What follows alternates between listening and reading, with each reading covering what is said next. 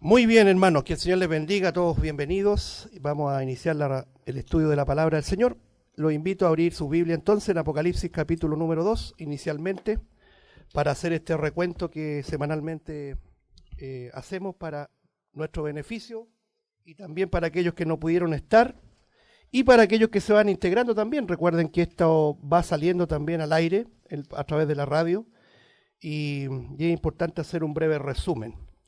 Como usted sabe, estamos estudiando el mensaje de Cristo a las 7 iglesias, ¿sí?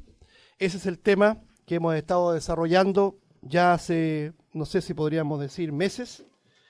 Creemos que el Señor ya ha hablado y el Señor tiene un mensaje directo, pertinente para estos tiempos, y nosotros no nos vamos a basar en la interpretación subjetiva, en lo que pensemos que Dios está diciendo para hoy día, porque Él ya ha manifestado su voluntad. Entonces es volver a las Escrituras para poder entender qué debemos oír del Señor como instrucción para vivir este tiempo que estamos viviendo. Un tiempo que no es fácil, ya lo decía nuestro hermano, un tiempo de apostasía, un tiempo de ecumenismo, un tiempo de engaño, un tiempo de huecas sutilezas, porque nunca espere que el engaño sea algo muy evidente, en que usted fácilmente lo pueda descubrir. Las huecas sutilezas son líneas muy delgadas dentro de la doctrina, dentro de las prácticas, y por lo tanto debemos estar cada vez más en sintonía con la palabra de Dios para poder detectar este margen de error que está haciendo sucumbir a muchas iglesias bíblicas. Como lo decía un hermano, no es que el creyente vaya a perder la salvación, pero sí puede ser engañado. No es que una iglesia que está compuesta de creyentes vaya a convertirse en apóstata, pero sí esa iglesia puede ser engañada, y esa es la labor de quienes por misericordia el Señor pone ahí en el lugar como estuvimos estudiando, que se llama el baluarte. ¿Se acuerda? El baluarte donde está el atalaya anunciando el peligro, advirtiendo al pueblo, tengan cuidado con esto otro. Entonces, cuando nosotros volvemos a la Escritura, se va haciendo más claro, primero, el tiempo que estamos viviendo y las advertencias que el Señor ya nos ha entregado hace, podríamos decir, 2000 años atrás, de lo que vendría, de lo que ocurriría, y nosotros actuar conforme a esas advertencias. ¿Por qué este comentario preliminar? Porque hoy día mucha de la cristiandad está perdiendo la brújula, en el sentido de decir, ¿qué hacemos frente a una sociedad que se está manifestando cada vez más anticristiana? Una sociedad que está resistiendo los principios de la ley moral de Dios, porque nosotros vemos hoy día una sociedad que no quiere saber nada con Dios, está invirtiendo la creación, está enseñando y legislando en favor de la inmoralidad y de todo lo que vemos. Entonces todo ese mar de maldad, uno dice, ¿qué hace la iglesia en esto? ¿Cómo lo frenamos? ¿Cómo lo revertimos? Podríamos decir. Pero ¿qué hacemos con pasajes tan clarificantes, hermanos, tan reveladores como el propio de Mateo 24:13, cuando dice que la maldad se intensificará y el amor de muchos se enfriará? Ya estamos viviendo una esfera que se va a intensificar en la medida que los tiempos van avanzando. Evidentemente, una vez que la iglesia sea arrebatada, la maldad ya no va a tener ningún freno que impida su derrame por toda la humanidad, porque debemos entender que la iglesia de alguna manera es un dique, frena la maldad, es sal de la tierra, es luz del mundo. Entonces, la Biblia advierte que los últimos tiempos serán de engaño, serán de maldad, serán de una sociedad que no quiere saber nada de Dios. Acuérdense siempre la base del Salmo número 2, ¿por qué se amotinan los pueblos? ¿Por qué se amotinan las gentes? Y piensan cosas vanas, y dicen unos a otros, los reyes, los que están en poder, cortemos sus cuerdas, cortemos las ligaduras, es decir, no tenemos ninguna relación con Dios, como hoy día lo dicen de manera osada, atrevida, ¿cierto?, contra el Señor. No hay que legislar con la Biblia, sino que legislar de acuerdo a las necesidades de la sociedad. Ese es el mundo que estamos viviendo. ¿Cómo nosotros nos preparamos para enfrentar ese mundo? ¿Cómo capacitamos a nuestros hijos para que enfrenten ese mundo de maldad que no va a cambiar, hermanos? Por más entusiasmo que le pongamos, esto no va a cambiar porque ha de cumplirse. Es un tiempo que está profetizado. Entonces, el mensaje de Cristo a la iglesia es pertinente, hermanos, para entender no solamente lo que ha pasado en la historia de la iglesia desde el día de Pentecostés, cuando nace la iglesia de Cristo y a través de las edades hasta el día de hoy, sino que en el presente tiene una aplicación práctica. Ya hemos hablado bastante de esto y no hemos centrado todavía en la primera carta o en el primer mensaje de Cristo a la iglesia en Éfeso, ¿no es cierto? Hemos comentado acerca de las virtudes que el Señor le hace ver a esta iglesia en Éfeso. Es decir, una iglesia, descubrimos que es trabajadora, que tiene harta paciencia, es decir, las cosas no van mejorando, sino que en medio de la dificultad y en medio del empeoramiento de las circunstancias, esta iglesia es paciente, es sufrida. ¿Se acuerda que lo leíamos? Es una iglesia que está ahí enfrentando la realidad, enfrentando la adversidad. Pero también es una iglesia celosa de la doctrina.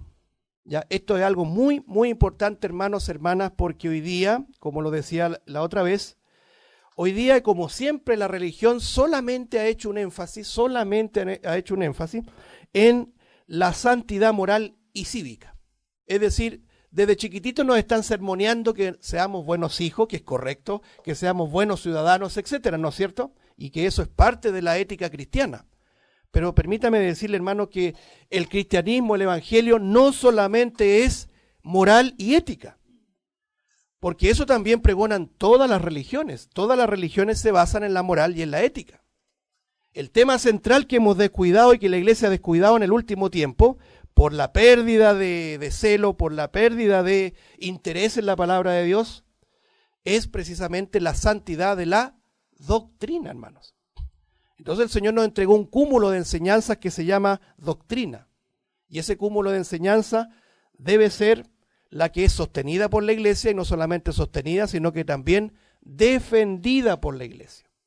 Entonces nosotros no podemos tener comunión con alguien que no tiene otra doctrina. ¿Cómo podríamos hacer fuerza en común con doctrinas tan diametralmente opuestas al cristianismo? Lo que está pasando hoy día, ¿cierto? Hoy día, en virtud de lo que he comentado, querer cambiar el mundo, o sea, yo sé que usted y yo nos gustaría que el mundo cambiara, ¿cierto? Que los presidentes fueran cristianos, verdaderamente cristianos, que las riquezas se repartieran equitativamente. Qué lindo sería, ¿no es cierto? Pero eso no va a ocurrir, querido hermano. Eso no va a ocurrir aunque salgamos a marchar con pancartas, gritando en todas partes, no va a cambiar. Porque lo único que va a poner justicia es nuestro Señor Jesucristo. Pero la iglesia, la cristiandad que ha perdido la brújula, que ha cerrado la escritura y ha escuchado más a las voces de los hombres, se ha encumbrado en esta idea de tomarse de la mano de cualquier persona que tenga estos principios morales y éticos, no importa la doctrina, lo que importa es la fuerza que podamos hacer, y todos juntos, ¿cierto? Como dice la canción, vamos a cambiar el mundo. Entonces, ¿qué pasa ahí? Nos tomamos de la mano del catolicismo romano. Usted sabe que el catolicismo romano tiene enseñanzas que son anticristianas, hermanos. No es un asunto meramente de diferencias, como para bajarle el perfil.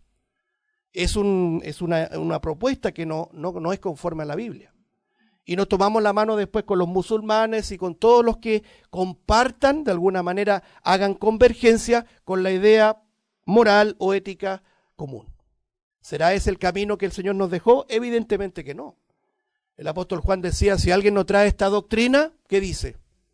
No la recibáis en casa. Pero esa postura radical que enseñó nuestro Señor Jesucristo, esa postura cismática que enseñaron los apóstoles, en el tiempo se ha ido diluyendo.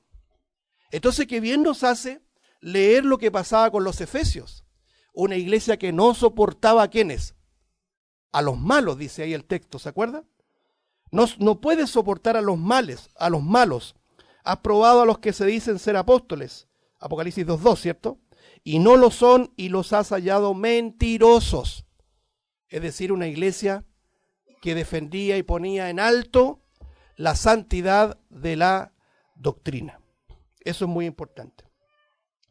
Ahora, desde la semana pasada estamos analizando lo que significa la última de estas actitudes loables, positivas que tenía la iglesia de Éfeso, como lo dice aquí en el versículo número 6. Lo invito a leer ahí, Apocalipsis capítulo 2, versículo 6. Pero tienes esto que aborreces las obras de los nicolaitas, las cuales yo también aborrezco. Es muy importante considerar esto, hermanos. ¿Quiénes eran los nicolaitas? En este breve resumen que estamos haciendo, espero que sea breve, acuérdense que nosotros observábamos también en paralelo la iglesia de Pérgamo. La iglesia de Pérgamo, ahí en el capítulo, desde el capítulo 2, versículo 2 en adelante, dice en el versículo 15, Apocalipsis 2.15 dice, y también tienes a los que retienen la doctrina de los nicolaitas, la que yo aborrezco. Entonces la pregunta es, ¿por qué Dios aborrece a los nicolaitas su doctrina y sus prácticas? ¿Qué será lo que Dios aborrece? ¿Por qué a la iglesia de Éfeso le reconoce que no ha retenido, que no acepta y que aborrecía precisamente las obras de los nicolaitas? Es decir, es un reconocimiento a la iglesia de Éfeso. No obstante, es una reprensión para la iglesia de Pérgamo.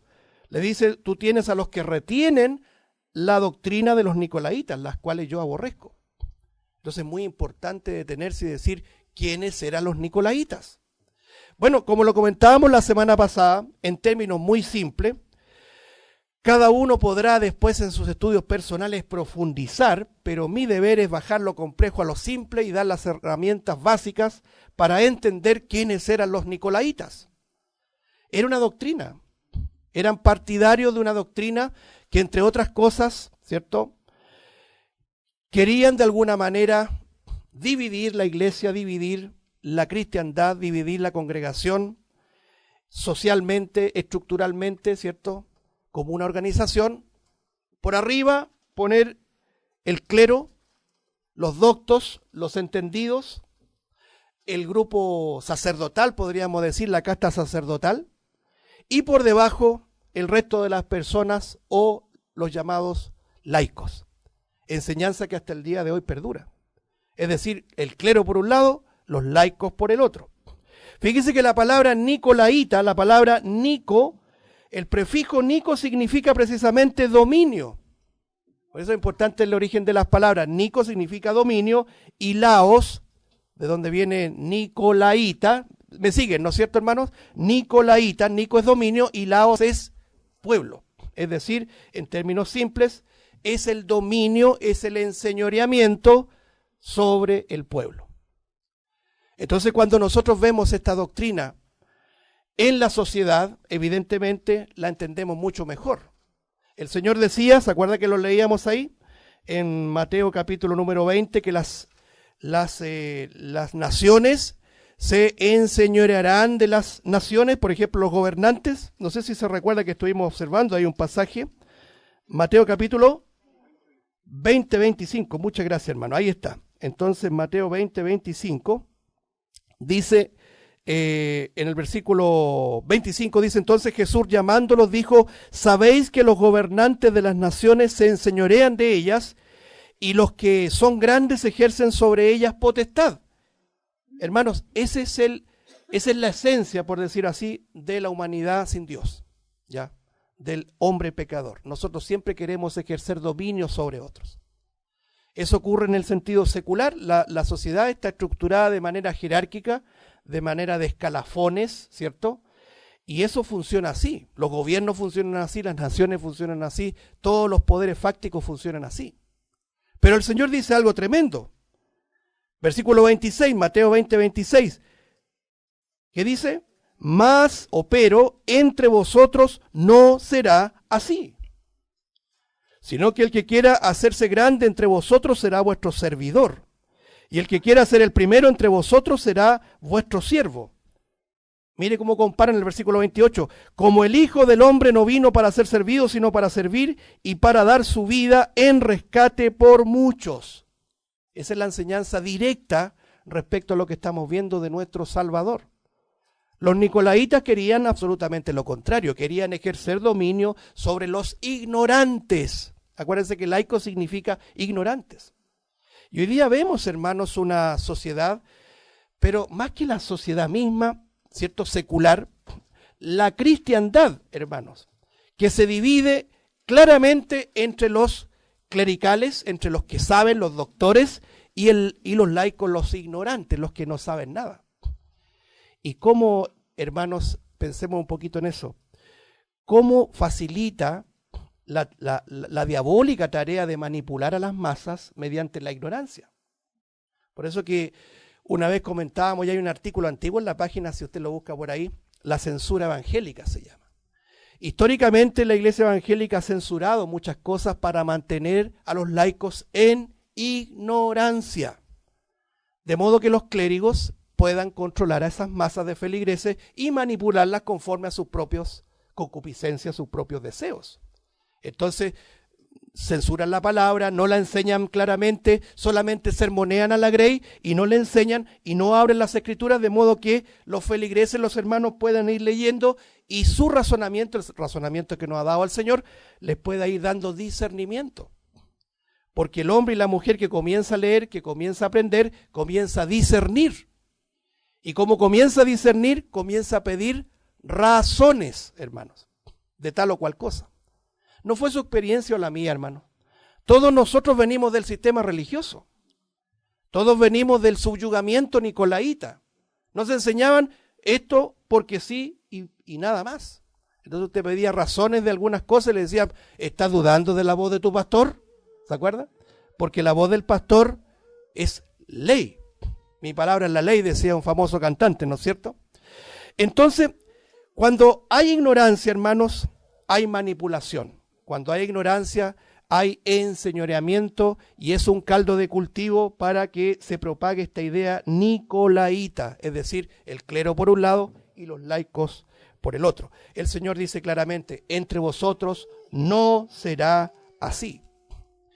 Miren el capítulo 23 de Mateo ahora. Capítulo 23 de Mateo. Solamente vamos a dar lectura al versículo 8 que dice así, Mateo capítulo 23. Versículo 8. Pero vosotros no queráis que os llamen rabí, porque uno es vuestro maestro el Cristo, y todos vosotros sois hermanos. Bueno, esto está dicho en el contexto, hermanos, de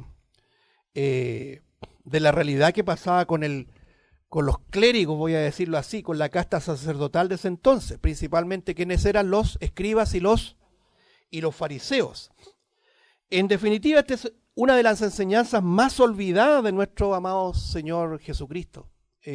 Mucho se habla de su enseñanza, pero se obvian muchas enseñanzas claras que nos permiten entender cuál es su deseo de su pueblo. Acuérdense que Él siempre quiso no estar sobre su pueblo, sino que estar entre su pueblo, donde hay 2 o 3 congregados en su nombre, ahí estoy, ahí estará Él, en medio de su pueblo. Bueno, Él le dice simplemente a sus discípulos, no dejen, es decir, no quieran que nadie les llame rabí. Rabí significa el más importante. Imagínense ustedes lo que significa. Yo lo decía, lo comparaba con algo en la actualidad. Sé que esta palabra rabí no existe en el lenguaje evangélico, ¿ya? Es una palabra de origen hebreo. Pero sí existe el término doctor, ¿o no es así? Porque hoy día va a haber una conferencia, ¿quién la da? Fulano de tal, bien. Y más allá otra conferencia, ¿quién la da? El doctor tanto. ¿A dónde va a ir usted? ¿A dónde va la gran masa? A escuchar al doctor. Porque hoy día hay una especie de titulitis, ¿no es cierto? Como lo hemos hablado. El título es lo que determina la autoridad y el poder del mensaje que imparte tal o cual persona.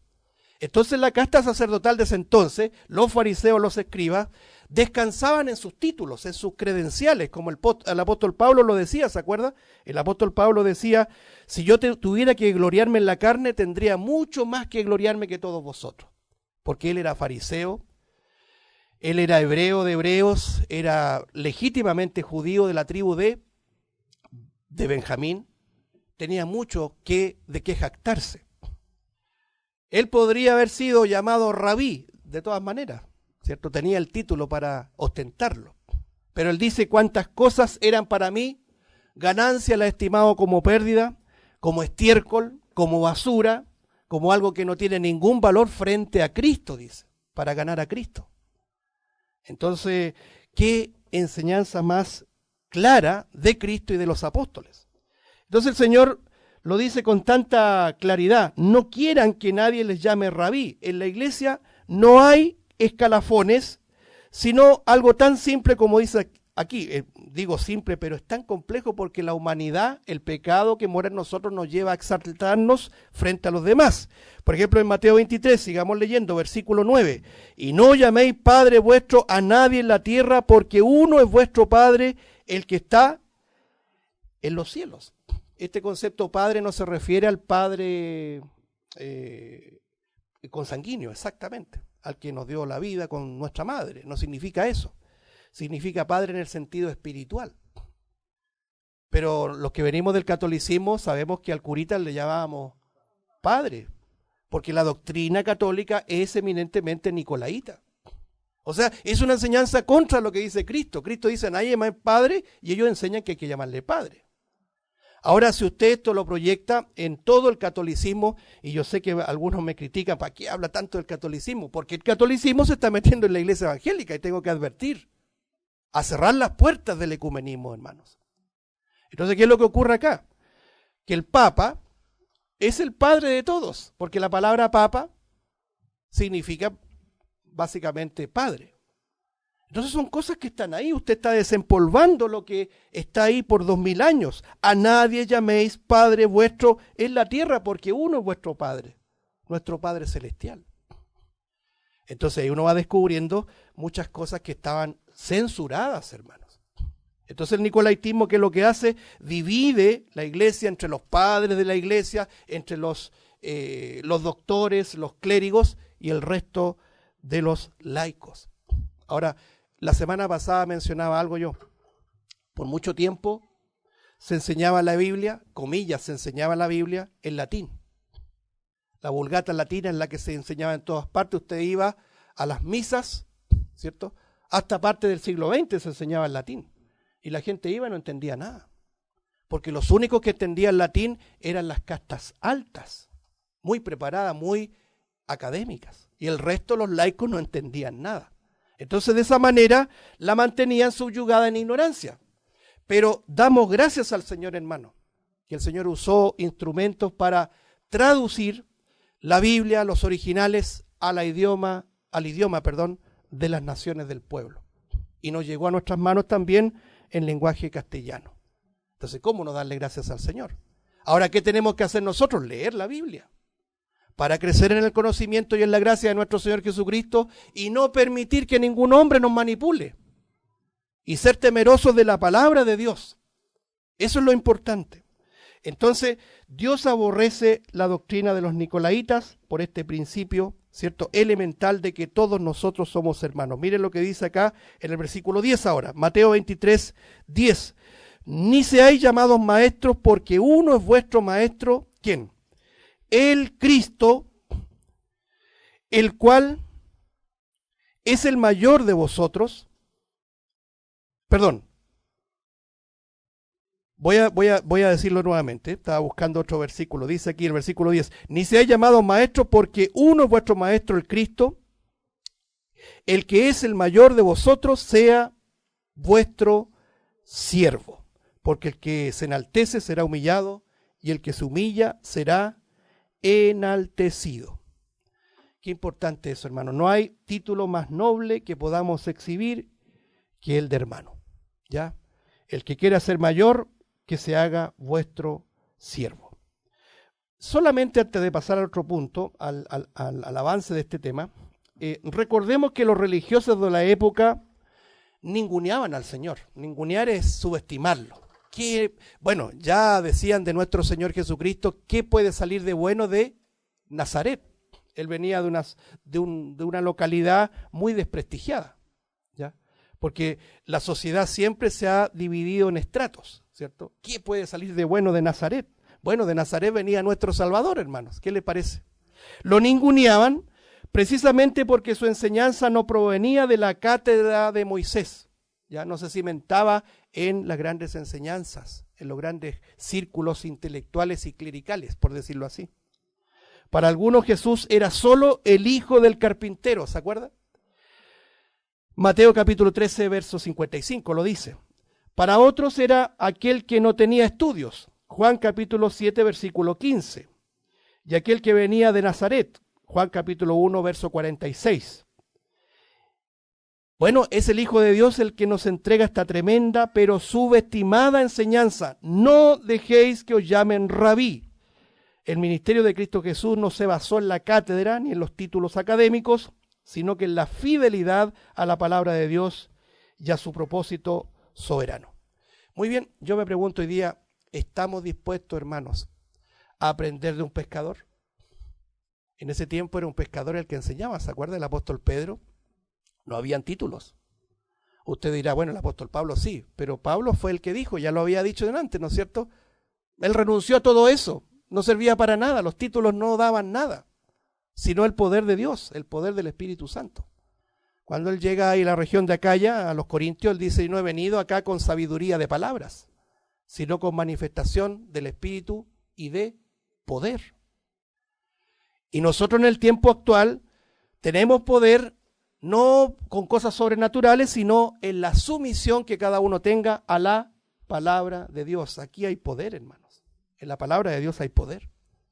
Entonces, no debemos nosotros buscar lo que el mundo busca. Hoy día todo el mundo quiere tener cartones y posgrados, ¿cierto? Y hay una fiebre de, ¿cierto?, de academia, que no solamente está en el mundo. Dejémoselo al mundo, hermanos. El mundo habla de eso. Pero en la iglesia también ocurre. Debemos volver a los principios bíblicos. Debemos ser la iglesia que Cristo dejó, la amada esposa de Cristo. Entonces aquí nosotros vamos viendo que básicamente los nicolaitas querían dividir la iglesia, ¿no es cierto?, entre el clero y el laico. Ahí ustedes ven unas diapositivas donde se muestra la estructura de la sociedad.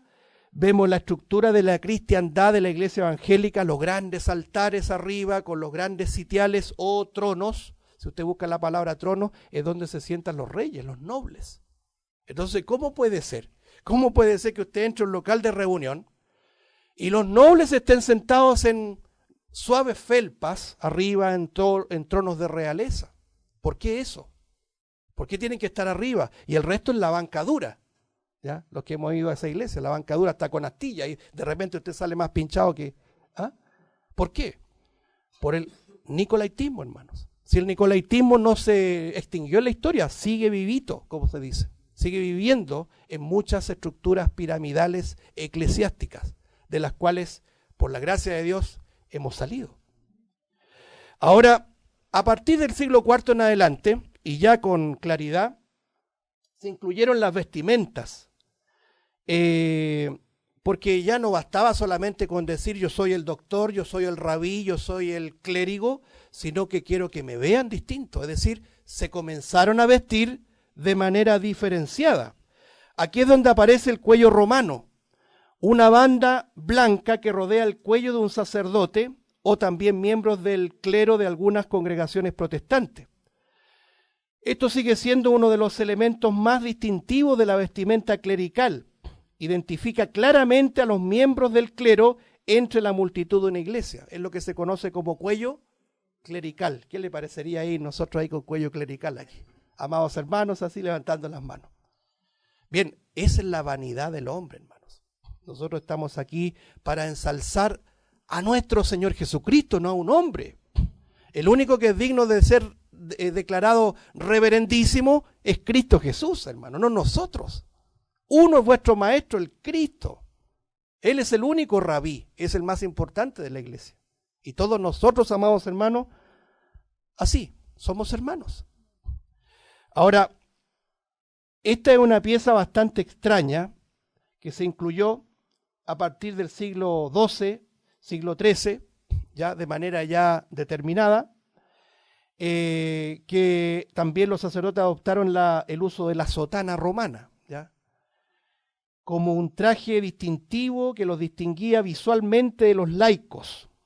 Unos siglos más tarde se estableció que la sotana fuera de color negro y fue durante este periodo de tiempo cuando empezó a existir el cuello blanco. Usted se acordará de este famoso Billy Graham. Este predicador que murió el año pasado recibió de Roma el yugo de Roma, que es un cuello clerical, ¿cierto?, que lo distinguía de los seglar de los laicos. Porque el catolicismo es el que promueve en esencia esta idea nicolaíta. Entonces nosotros debemos despertar y decir que terrible, fuimos engañados, hermano. Como decimos en Chile, nos vendieron la pomada. Entonces vemos esta enseñanza. Ahí usted puede ver en estas fotos, yo lo voy a comentar en beneficio de los que nos siguen en el audio. Primero la muestra del cuello clerical, ¿cierto? Es algo que ellos lo llaman, para disfrazarlo, lo llaman el yugo, porque ellos son siervos de Cristo. Es decir, tu hermano, tu hermana no eres siervo de Cristo, solamente hay un siervo de Cristo acá. Pero eso no es bíblico, hermanos. Es como cuando se enseñaba que hay un solo ungido. Hermanos, si enseñáramos lo que la gente quiere escuchar, este local no daría abasto. Han venido muchos acá y muchos decían, ¿dónde está el ungido? Quiero hablar con el ungido. Y cuando se les explica bíblicamente que no hay un ungido, sino que todos somos ungidos, porque Juan lo dice en 1 de Juan capítulo 2, dice que todos hemos recibido la unción, no hay un solo ungido, todos somos ungidos. Y si usted quiere distinguir a un ungido en particular de la iglesia, es nuestro Señor Jesucristo, que es el Cristo. Cristo significa ungido en griego. Entonces la gente escucha la verdad y resiste la verdad y se da media vuelta y se va.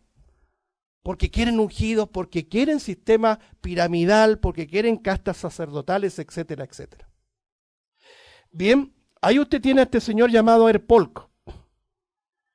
Erpolk ya murió, pero fue uno de los grandes promotores de lo que se conoce hoy día como el Kingdom Now o el reino ahora.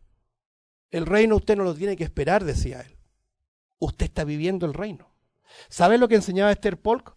Decía él, usted tiene que activar, porque usa mucho esa palabra activar. Para mí activar es como prender un switch, ¿cierto? Ya como usted prende la luz, etcétera, enciende el televisor, lo activa. Él decía, hay que activar el reino de Dios en medio de sus circunstancias. Es decir, de nosotros depende que el reino de Dios vaya creciendo. Y eso me hacía recordar los antiguos cánticos católicos cuando iba a las misas y había una canción que decía, estamos construyendo el reino de Dios. Entonces vagamente uno se acuerda, pero empieza a unir cabos y se da cuenta que la doctrina dominionista, la doctrina del reino ahora, no proviene del Evangelio, sino que proviene de las esencias, de las bases del catolicismo romano. Es por eso que insisto en esto, hermanos, para que nunca podamos sucumbir ante el error. Entonces Erpolk enseñó que el reino es aquí y ahora. Él decía, por ejemplo, déjate de pensar en el arrebatamiento porque esa es una mente escapista, decía él, literalmente. Eso lo enseñaba en la década del 90. Al término de su carrera, como dato al margen, fue acusado de pedofilia y murió en proceso judicial, hermanos. Él usaba el cuello clerical y ungía pastores de todas las naciones, haciendo crecer este movimiento teocrático. Y usted dirá, me suena conocido este movimiento teocrático. Claro, aquí en Chile tuvimos un movimiento teocrático que hasta el día de hoy perdura, que está ubicado ahí en Macul. No sé si alguien ha pasado por Macul. Esa tremenda construcción, si usted observa un poco cuando pasa por ahí, cerca de Quilín, ¿ya? Ellos construyeron prácticamente una ciudad de Dios ahí. Unos tremendos parques, unos árboles inmensos, porque para ellos el reino es aquí y ahora. Entonces, Erpolk ungió a un predicador, en ese entonces un revolucionario, llamado Cristian Casanova, todavía ejerciendo ministerio. Y que lo tenemos al lado. Mire cómo está vestido, con una sotana, con cuello clerical y con todas las esencias del nicolaitismo. Entonces uno dice, Pablo le decía a Timoteo, ten cuidado de ti mismo y de la doctrina. Si no repetimos esto hasta el cansancio, nosotros también podríamos en el futuro también sucumbir. Entonces, ¿cuántos han partido bien? Yo he escuchado muchos comentarios a veces de hermanos, mire, este pastor partió bien. ¿Y qué pasó con él? Se deslizó en el tiempo, ¿por qué? Porque dejó de advertir a la iglesia, dejó de advertir del error del último tiempo. Entonces aparece este Cristian Casanova vestido como un cura. Usted diría, ese es un cura, ¿no es cierto? No, no es un cura, es un comilla evangélico que abrazó el nicolaitismo, que se fue en contra de las bases de la palabra de Dios y que precisamente fue ungido allá en Estados Unidos, en la iglesia de Erpolk, ¿ya? Bien, el lado de más acá, tenemos a este señor famoso, ¿cierto? Alfred Cooper, que es un pastor anglicano. Esto no es nada calumnia, hermanos. Esta es la pura verdad. Usted se mete en la Iglesia Anglicana de Chile y usted busca el cuerpo de pastores y se llaman reverendísimo. Reverendísimo Alfred Cuthbert. Y estas verdades son lo que la Iglesia omite, censura. ¿Por qué? Porque no nos conviene. ¿Cómo ejercemos dominio frente a los laicos si no tenemos potestad, dominio, enseñoramiento sobre los laicos? ¿Se da cuenta? Entonces esto es parte de la estructura social pecaminosa en contra de Dios. Siempre se ha querido subyugar la opinión de la gente normal, común y corriente. Entonces ahí lo tenemos vistiendo también, ostentando su cuello clerical. Y finalmente, como ejemplo, puse al pastor Juan Wehrli, que ya murió, ¿ya? Luterano, que en su tiempo de la década del 90 también nos invitaba a hacer un tour por los cementerios. Entonces, usted tenía que inscribirse, porque no era gratis, obviamente, pagaba su cuota, su fee, y lo llevaba, ¿cierto?, a recorrer las tumbas de los fundadores de la Iglesia de Cristo. O sea, ¿de qué estamos hablando, hermano? El fundador de la Iglesia es Cristo. Quienes pusieron el fundamento fueron los apóstoles. ¿Qué debemos hacer nosotros? Perseverar en la doctrina de los apóstoles. Entonces yo me acuerdo en su oportunidad, yo le hacía ver el ejemplo, le escribí al pastor Wehrli y le dije yo, bueno, ¿por qué el Señor ocultó el cuerpo de Moisés? ¿Por qué no permitió que le dieran una sepultura y le hubiesen levantado ahí un mausoleo o una tumba? ¿Qué hubiese pasado con el pueblo, hermanos? Lo mismo que pasa hoy día con la cristiandad idólatra que está ocurriendo, rindiéndole culto a los muertos. O sea, el Señor dice fehacientemente, no te harás imagen de lo que está en el cielo en la tierra o debajo de la tierra en las aguas, ni te inclinarás a ella, y nosotros soberbiamente hacemos imágenes. Entonces, la idea de este señor Wehrli era visitar las tumbas y rendirle un culto a Thompson y todos los que se supone que trajeron el Evangelio a Chile. Eso es una iglesia que no haya que hacer, hermano, ha perdido la brújula, y no lo digo de manera soberbia. Tenemos que estar alerta, hermano. No nos vamos a dar ni cuenta cuando estemos perdiendo el rumbo si dejamos de advertir cosas como estas. Tenemos que estar como centinelas, como atalayas, hermanos, humildemente unos con otros, aceptando la verdad, no resistiéndola. ¿Se da cuenta? Ahora, en contraste a esto, el Señor dice, antes hacen todas sus obras para ser vistos de los hombres o por los hombres, porque ensanchan sus filacterias y extienden los flecos de sus mantos y aman los primeros asientos en las cenas y las primeras sillas en las sinagogas y las salutaciones en las plazas y ser llamados por los hombres rabí, rabí. Mateo capítulo 23, versos 5 al 7. Aquí está atacando duramente el Señor, ¿a quiénes? A los fariseos. Fíjese que les está revelando lo inútil de sus vestimentas. Ellos usaban filacterias, yo lo comentaba la semana pasada, las filacterias eran cajitas de cuero que se ponían en los brazos y se ponían en la cabeza, llevando unos pequeños pergaminos de trozos de la Biblia, específicamente la ley, ¿no es cierto?, el Pentateuco. Oye Israel, Jehová tu Dios, Jehová uno es, la Shemá, la famosa Shemá, que es el ruego de Israel, oye Israel. Entonces de esa manera ellos portaban la Biblia y cumplían literalmente el mandato de llevar la Biblia o la palabra de Dios por todos lados, en los postes de la casa, etc.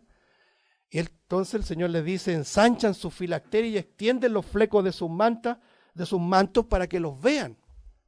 A ellos les gustaba orar de pie en la sinagoga, que la gente los viera. Cuando ayunaban, ¿saben lo que hacían? Mostraban que estaban ayunando para que los demás los vieran. Entonces les decía, ustedes no serán como estos hipócritas. Si tú ayunas, unge tu rostro, lava tu rostro, que nadie sepa lo que estás haciendo. Que no sepa tu izquierda lo que hace tu derecha. El principio, hermanos, de Cristo es lo anónimo de la relación que tenemos con Él. Eso es privado, a puertas cerradas. ¿Se acuerda que lo decía el Señor? Estuvimos estudiando lo que es la oración, a puertas cerradas. Pero acá hay una dura crítica del Salvador. Yo lo decía también, no solamente Juan el Bautista criticó a los fariseos, a todos los que se vestían distintivamente respecto al resto del pueblo, sino que también nuestro Señor Jesucristo atacó duramente a ellos. Hipócritas, sepulcros blanqueados, dice el texto. Entonces dice,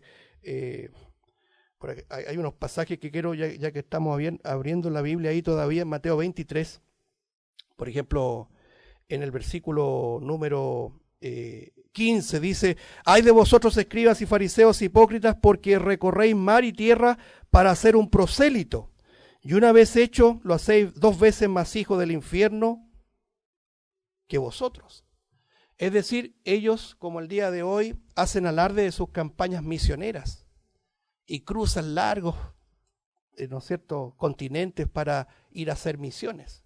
Pero lo único que hacen es hacer prosélitos de su propia religión, porque no les enseñan la verdad. Entonces se repite la historia, lo mismo que pasaba con los fariseos ocurre el día de hoy. Entonces el Señor les entrega una dura reprensión. Fíjese que el Señor no reprende al judío común y corriente, al hombre del pueblo, del agricultor, ¿no es cierto?, de la agricultura o del ganado, sino que a la casta religiosa que quería siempre mantenerse de manera distintiva.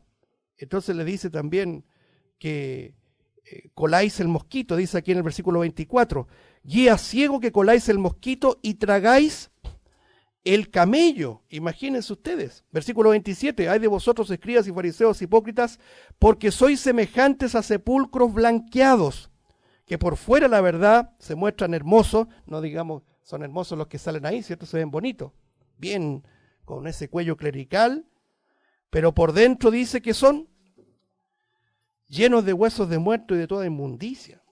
Entonces, ¿por qué quise citar esto? Porque esta es la palabra de Cristo. Esta no es la palabra de un resentido social que podría decir, este pastor es resentido social. No, es Cristo hablando. Odia al nicolaitismo, lo aborrece, hermanos, lo aborrece. Entre vosotros no será así. Lo último que quiero mostrar es estos ejemplos, hermanos, antes de pasar a otros pasajes, con lo que se llama la mitra papal. Esto parte ya del siglo IV en adelante. Acuérdense que ahí son las bases del catolicismo romano. La mitra papal, usada hasta el día de hoy por la Iglesia Católica Romana, fue extraída de las vestimentas de los sacerdotes paganos del dios llamado Dagón. Esto no es historia secular, esto aparece en la Biblia, hermano. Si usted echa una miradita a 1 Samuel capítulo 5, verso 1 al 12, usted ve lo que pasaba con el dios Dagón. ¿Quién era el dios Dagón? Una deidad pagana filistea que era representada mitad hombre y mitad pescado. De ahí viene la idea de la mitra papal. Si usted se fija en la mitra papal, es una cabeza de pescado. Es decir, no solamente hablan cabeza de pescado, sino que usan una cabeza de pescado. Usted se ríe, pero esa es la verdad, ¿ya? Porque los sacerdotes del dios Dagón representaban a su deidad, ¿cierto?, con una mitra en cabeza de pescado. Pero ¿quién enseña esto en la iglesia, hermano? Si no se enseña. Entonces, si esto desde chiquitito nos hubiesen enseñado, nosotros no hacemos alianza con la Iglesia Católica de ninguna forma. Ahora, permítame solamente resumir esta experiencia de 1 Samuel 5, 1 al 12, para que lo lea en casa. Resulta que los filisteos capturaron el arca y se lo llevaron, ¿sabe dónde? A la casa de Dagón, del dios Dagón. Y estaba la imagen de Dagón, mitad hombre, mitad cabeza de pescado, y ahí pusieron el arca. ¿Y sabe lo que pasaba con la estatua de Dagón? No sé si alguien se acuerda. Se venía, y dice el texto ahí en hebreo, se postraba, quedaba postrada. Porque todos tendrán que doblar su rodilla, hermanos, frente al Señor. Todas las religiones, hasta los más incrédulos, tendrán que doblar su rodilla ante nuestro Señor Jesucristo cuando regrese. Entonces ponían el arca, que es donde Dios se comunicaba con el pueblo, la habían capturado, la habían raptado y se la llevaron a la casa de Dagón, y Dagón se venía abajo. Allá venían los sacerdotes, lo paraban a Dagón, al otro día Dagón nuevamente abajo. Es como algo quizá anecdótico, pero tiene una profundidad espiritual, hermanos, porque al final, ¿saben lo que hace? Los filisteos, ¿saben lo que hacen? Llévense el arca, porque estamos muriendo todos de hemorroide acá. Hemorroide o tumores también, ¿cierto? Entonces empezó a herir el Señor a los filisteos con una enfermedad. El texto dice hemorroides, podría ser tumores, una enfermedad mortal. Entonces Dios aborrece, hermanos, la idolatría, la aborrece. No es algo simple. Permítame solamente dar un dato. Estaba viendo ahí un retiro de varones de una iglesia X. Después, si le interesa, le comento más detalle. Entonces, la gente le gusta postear. Venimos de un retiro de varones. ¿Sabe dónde van a retirar los varones hoy día? A estos monasterios Schoenstatt. ¿Sabía usted? Porque la iglesia emergente de la cual tanto nos habló nuestro hermano Roger Otland cuando vino acá el 2016, enseña como premisa que es muy provechoso ir a lugares donde hay un ambiente místico para poder tener un encuentro con Jesús. Entonces, el puente de este ecumenismo entre la iglesia evangélica y el catolicismo romano han sido los anglicanos, hermanos, han sido los anglicanos. Y se llevan a los varones que no disciernen nada a un lugar de recogimiento católico, de misticismo, de oración contemplativa.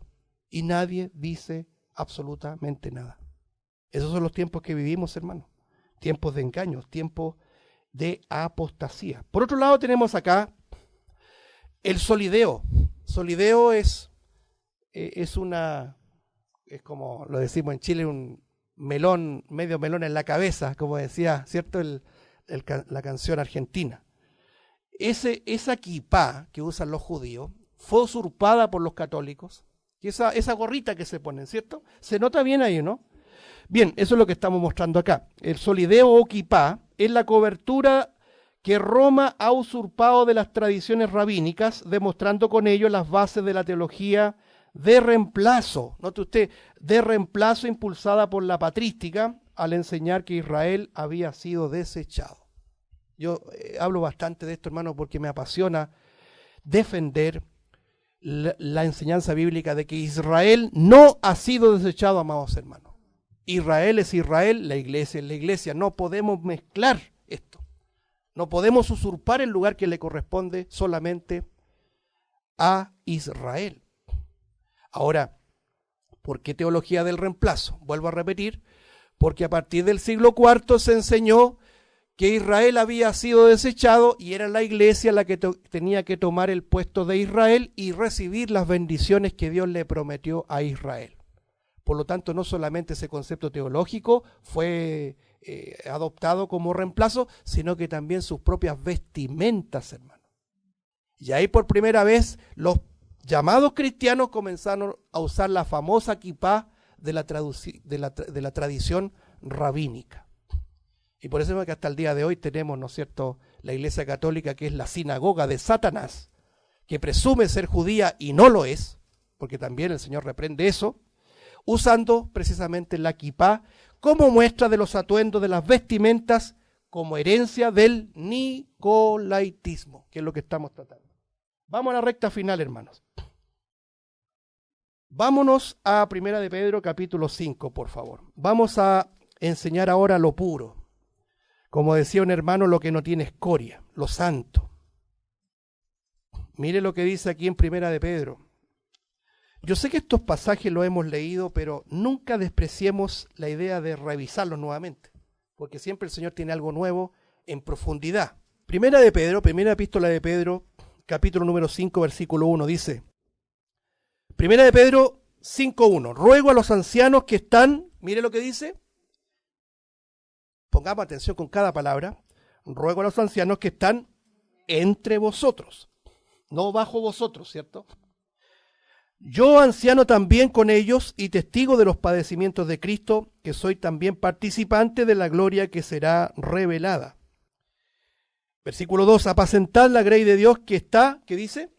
Entre vosotros, cuidando de ella no por fuerza, sino voluntariamente, no por ganancia deshonesta, sino con ánimo pronto, no como teniendo señorío sobre los que están a vuestro cuidado, sino siendo ejemplos de la grey. Y cuando aparezca el príncipe de los pastores, vosotros recibiréis la corona incorruptible de gloria. Tremendo, es un pasaje tremendo, clarificador. Analicémoslo un poquito, hermanos, no nos apresuremos. El famoso Pedro, ustedes saben que Pedro es injustamente criticado por nosotros como impulsivo, ¿cierto? Como cobarde, lo podríamos decir. Pero vaya que nosotros representamos muy bien a Pedro en nuestra vida, ¿cierto? O sea, nosotros nos acordamos de Pedro en todos sus errores y gracias a sus errores desprendemos tremendas enseñanzas para nosotros. Usted dice, yo nunca he negado al Señor. Pedro lo negó. Lo negamos, hermano. Lo negamos cobardemente. Con nuestro silencio, con nuestra omisión, estamos negando al Salvador. ¿Cuántas veces tú tienes en el día la oportunidad de testificar de Cristo y no lo haces? Te has comportado como Pedro, porque has tenido temor de que se burlen de ti, de que digan, ¿qué van a decir? Que soy cristiano, soy canuto, soy de los ignorantes, etcétera, ¿cómo nos catalogan? Y esa es la realidad. Ahora Pedro tenía particularmente una actitud impulsiva que lo llevaba a cometer errores. Cuando se transfiguró el Señor en el monte de la transfiguración, que todos conocemos, ¿se acuerdan? Fueron 3 discípulos que tuvieron tal privilegio: Pedro, Juan y Jacobo. Y cuando estaban contemplando eso, cuando usted revisa los evangelios sinópticos, se da cuenta que estaban tan profundamente afectados de lo que estaban viendo que hablaban puras leceras, como se dice en Chile, ¿cierto? Entonces Pedro reacciona en ese descontrol al ver una majestuosa imagen, gloriosa imagen, que es una muestra de la gloria de Cristo, y Pedro no se le ocurre mejor que decirle, voy a hacer enramadas aquí. Ya les voy a hacer 3 tiendas. ¿Qué le parece, Señor? Una para ti, una para Elías y una para Moisés. Entonces usted dice que es ridículo. No sé si usted o yo hubiésemos hecho lo mismo ahí. Entonces Pedro fue el también que le dijo, Señor, dime, yo voy a ti y yo bajo de la barca y camino por el agua. Y el único que se bajó, el único que creyó.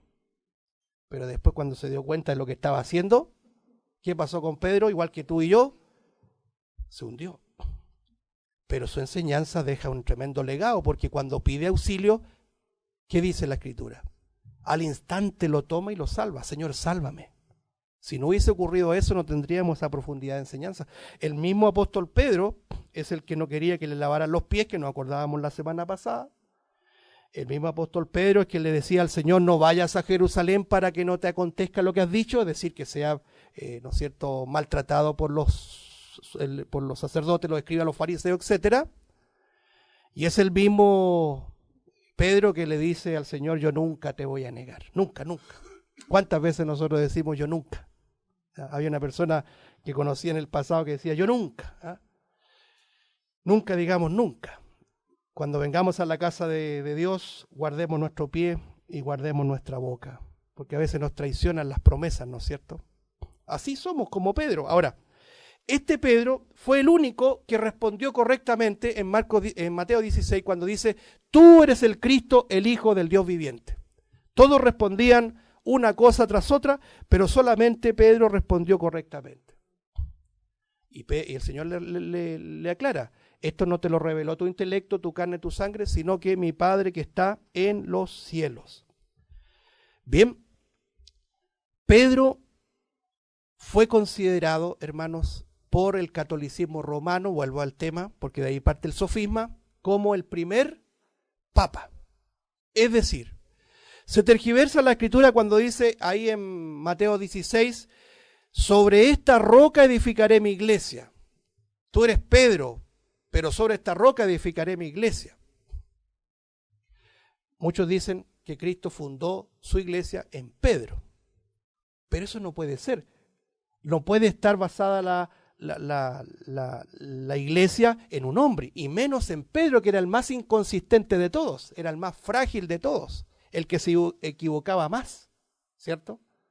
Ahora, es una tergiversación para la propia perdición de todo este sistema corrupto, porque ahí no dice que la iglesia fue fundada en Pedro, sino que la roca, y la roca en el lenguaje bíblico no es otro sino el propio Cristo. Sobre esta roca es la declaración de Pedro, tú eres el Cristo, el Hijo del Dios viviente. Entonces el sofisma, ¿qué es lo que es un sofisma? Es una mentira que tiene que ir alimentándose con otras mentiras. Se mantiene hasta el día de hoy. Pedro no fue el primer papa, no existe concepto de papa. Por eso que la otra vez yo mencionaba, hay un predicador protestante de mucha de mucho arrastre evangélico, hermano, que se llama John Piper. Usted lo ha escuchado. John Piper dijo cuando salió elegido en el 2013, el Papa actual, que es el Papa Jorge Bergoglio, alias Francisco I, dijo que oraba al Señor en su Twitter, puso, ruego al Padre que nos dé un Papa que pueda reformar la Iglesia Católica. O sea, imagínense, si ese tipo de oración sale de un hombre que arrastra miles de personas, ¿qué confianza le podemos tener en su enseñanza, hermano? Aunque de 10 palabras sean 9 verdaderas, tenemos que estar con los ojos muy, muy abiertos. Fue el mismo John Piper que invitó a su iglesia a Rick Warren. Rick Warren es un siervo del Vaticano, que ha dicho literalmente, ninguna calumnia hay acá, ha dicho el Papa Francisco lo ha hecho todo bien. Así debiéramos andar los cristianos como el Papa Francisco. Entonces, estamos, hermanos, en tiempos de apostasía, en tiempos de engaño. Eso muy al margen.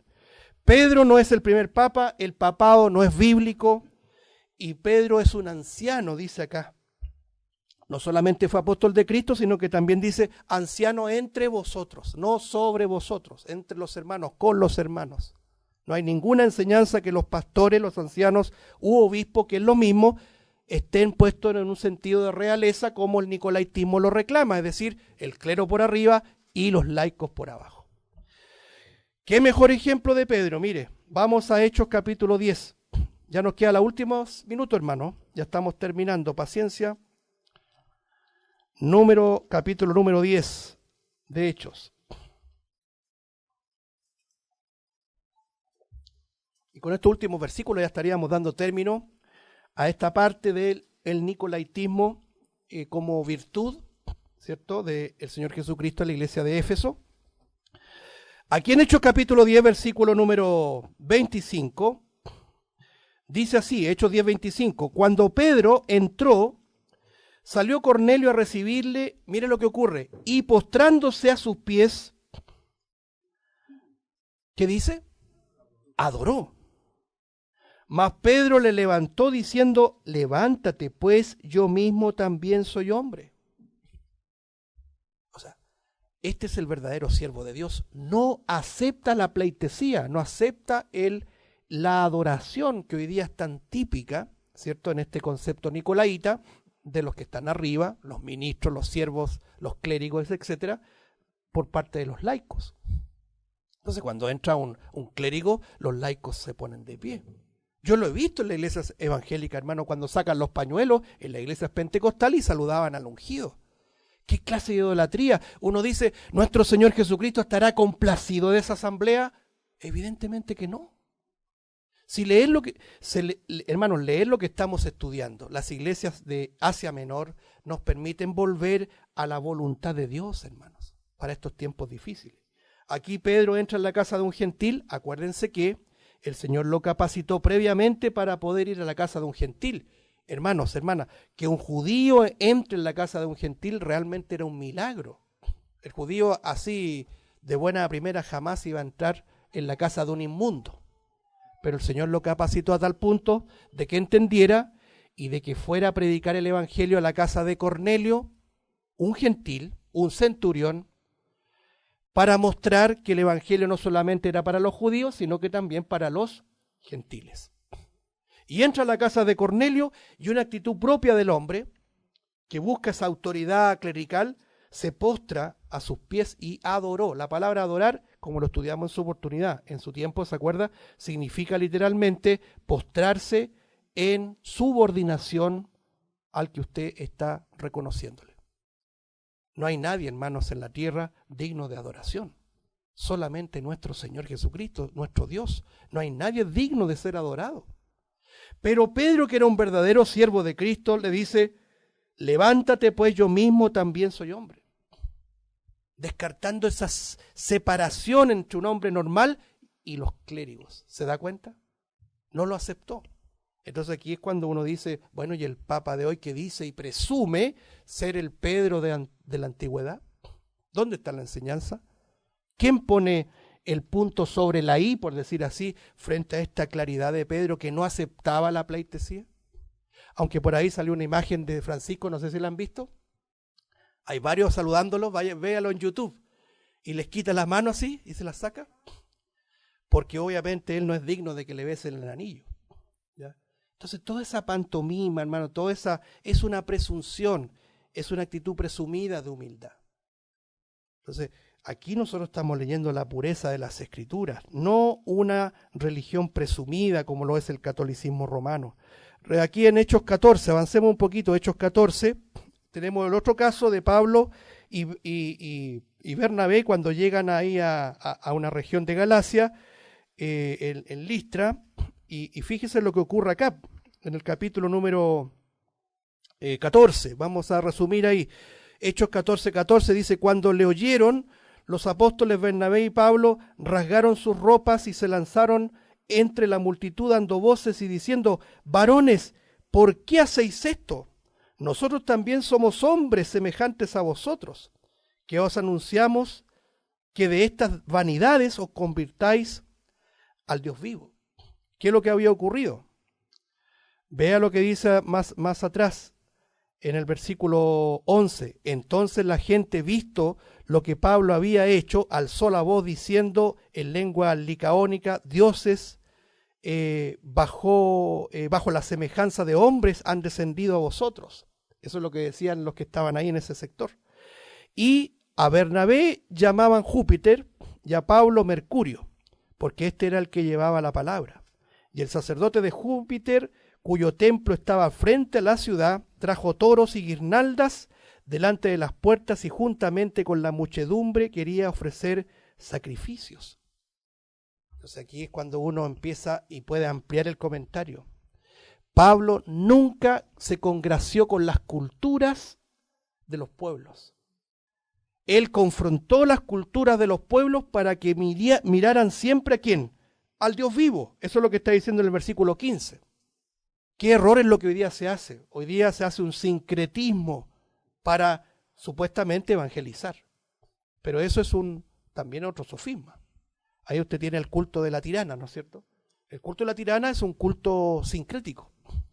Es decir, los diablos le bailan a la diosa pagana, ¿cierto?, de la tirana, que cuando sabemos la historia es una historia terrible, pero que el catolicismo en su idea de sincretismo, ¿cierto?, la transformó en una virgen, ¿cierto? Y los diablos le bailan a la Virgen María. Eso es una mentira.